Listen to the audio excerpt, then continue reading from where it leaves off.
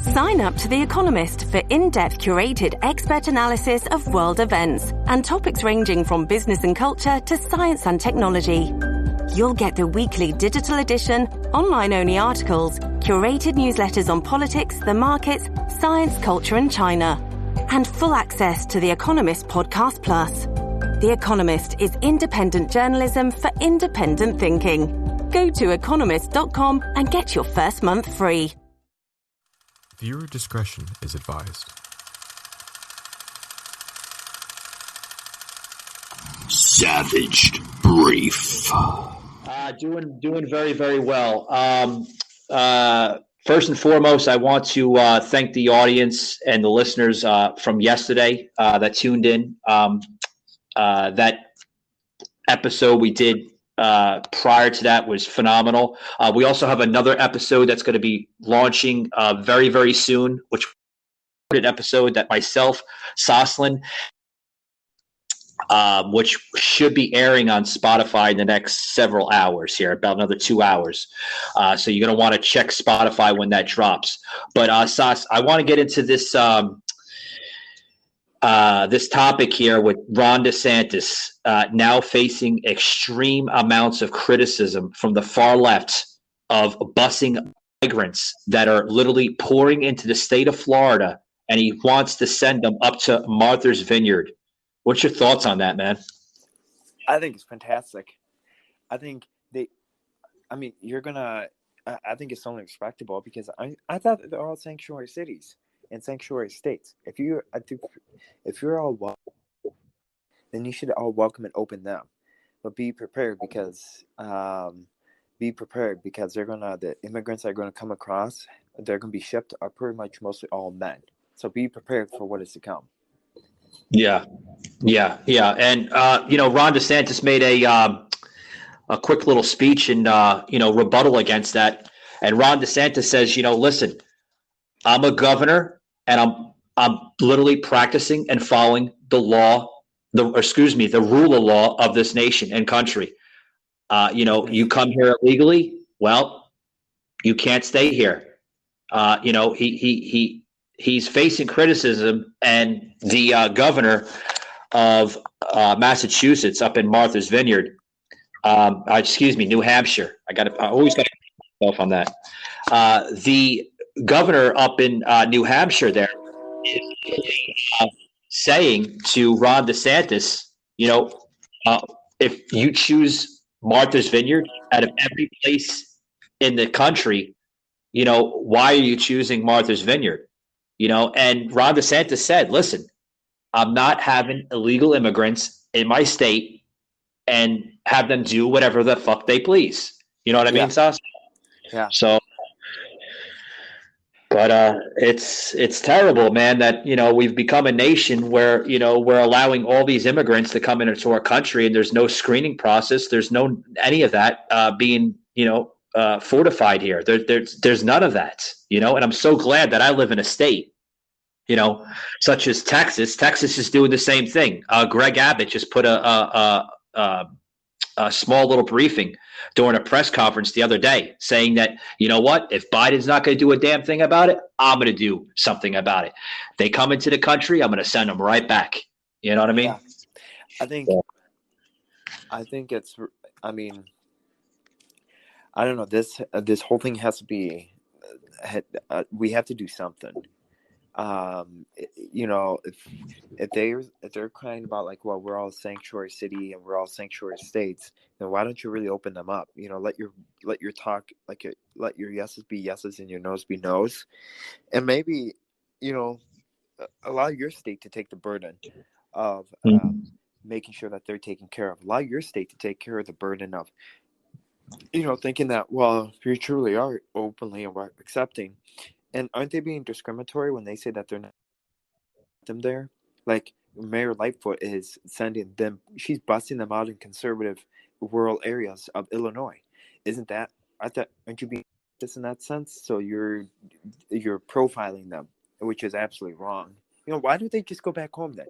Why don't you just pay them for a flight to go back to where they originally came from? Stop demographically changing this country, and just because you want votes, Yeah. Yeah, I agree with that, Sauce. Here's the thing. Mayor Lightfoot up there in Chicago is literally, she's like we mentioned yesterday in the show um, with the what the hell was it? The narrative clause. They're playing that narrative. Where the Democrats are pushing that fight, mentality, and the Republicans are pushing the hope mentality. They want that fight, Sas. They want that. You mentioned votes. Of course, they want votes. That's the only way they're going to be able to win is to get these illegals to come into the country. That's why they need the votes for November. And well, they need the. Wow. What's about to happen is, I mean, and speaking of votes in November, did you hear what's been happening in the railroad in Midwest Wisconsin? No, I didn't read up on that one. Can you explain that? Yes, there's a massive railroad strike that's about to damage the economy by $2 billion.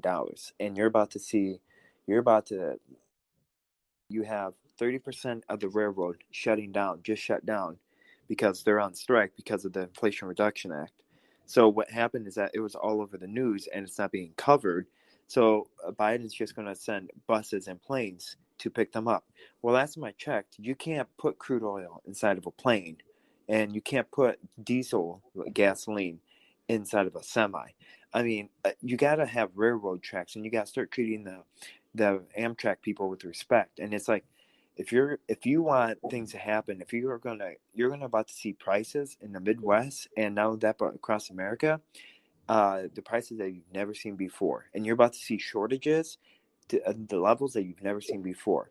And again, this is another problem that the Biden administration has brought upon, and that this is another problem that was self-inflicted, and they refuse to accept the reality that it was their idiotic policy. Poor policy failure, that they refuse to look at the railroad track. And the only reason why they're on strike now is because of the Inflation Reduction Act, which goes after the railroad system. It goes after the railroad. And that's why they're going on a massive strike, where 30% of them are on strike. So you're about to see some really bad things happening in America. Sas, the railroad is folks, the railroad is. Exactly, Sas. The railroad is the foundation and the principle of this country. Yeah. Okay. If anybody does not realize how important our railroad system in this country is, I highly suggest you pick up a history book and read it, because the railroad, if we lose the railroad system, right, we lose major freight that needs to be transported from state to state, from the East Coast to the West Coast, from the north to the south. We lose it all, folks. Do you know how much? I live in the state of Florida, right? Do you know how much railroad trains that come by on a given hour just in my section of Florida? There is a train, Sauce, that goes from Miami to Jacksonville, Florida, on the East Coast of Florida. There's a train that goes by at least 25 times a day. And it's carrying freight. We have a huge role and a huge presence of oranges in the state of Florida, right? 90% of the oranges come out and ship out of the state of Florida. We have plants, called Tropicana. There are Tropicana, literally freight cars filled with oranges that go by like hour by hour. If that affects that, do you know what that does? No more oranges being shipped to Walmart or other little stores. None of that happens. Yeah. Are these people idiots, Sauce? Literally. Well, hey, the plus side is at least the baby formula doesn't have to go down to the southern border anymore, and that the illegal immigrants, I'm guessing they're going to have to find another alternative to bus them, or to buy a train ticket. I guess they can't buy a train ticket because, did you know that the Chicago Union Station is shutting down the train services right now? That the only reason why they're doing it is because they're afraid that Americans are going to uprise, so they've shut down Amtrak as of right now, because they don't want people uprising and being going after the trains and after the conductors. Who ordered that, Sauce? Was that Mayor Lightfoot that put that order out? Yeah, and Tony Evers, governor of Wisconsin. Fucking A, I'm telling you. See, but and yeah. and the sad part is that they're supposed to. So what's going to happen is stay tuned for tomorrow, because tomorrow the Biden administration has till tomorrow to figure this whole problem out. And the problem to that is that I don't get how this. I've never met an administration that truly hates this country. Is willing to compromise our railroad system, is willing to undermine and demonize people that are hardworking, and willing to give out handouts to your military. Now, for instance, not only the military, but the Biden administration urged our active military members to apply for food stamps. I seen that come out today in the Florida Today newspaper.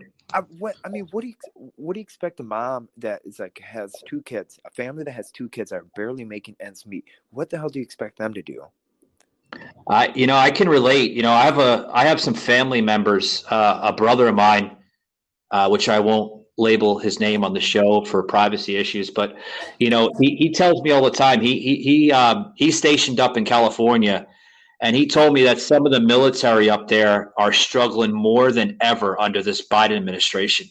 Yep. That he sees more and more, military members, colleagues of his, that are applying for the first time for food stamps. Yeah, and we're committing suicide. This nation is going into a melting pot. It's terrible. And it's I don't know, a lot of it's going to depend. So it's going to be interesting and you can see the market, and you can see the stock market not reacting to that very well. Where the stock market's not reacting to the railroad strike very well in that. So Monday's going to be interesting, and this weekend. So yeah, you mentioned a little bit of the stock market on yesterday's pre-recording. We got into it with Joseph. I don't know, Sas. If the stock market crashes, what happens next? The stock market is very heavily tied to the economy. A lot of people think it's different. It's very heavily tied into the economy. Your stocks go, the economy goes.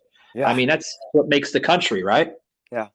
And not only that, but if your stocks go, your livelihood goes, because that's what a lot of people depend on, the stock market. A lot of these businesses depend on the market, but when you and here's why the market's not doing very well, is because the amount of spending that Joe Biden has done is finally catching up to the market. The inflation rates are finally catching up, because we've been overspending, and we're about to spend another $500 billion on this idiotic, the student loan forgiveness. We're about to spend another $500 billion.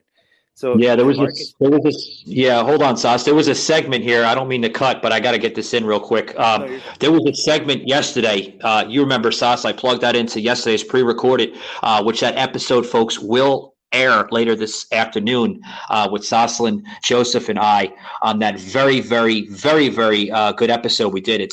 I highly suggest you tune into that, because there's a lot of key factors we labeled on that show that's now being plugged into this bonus episode.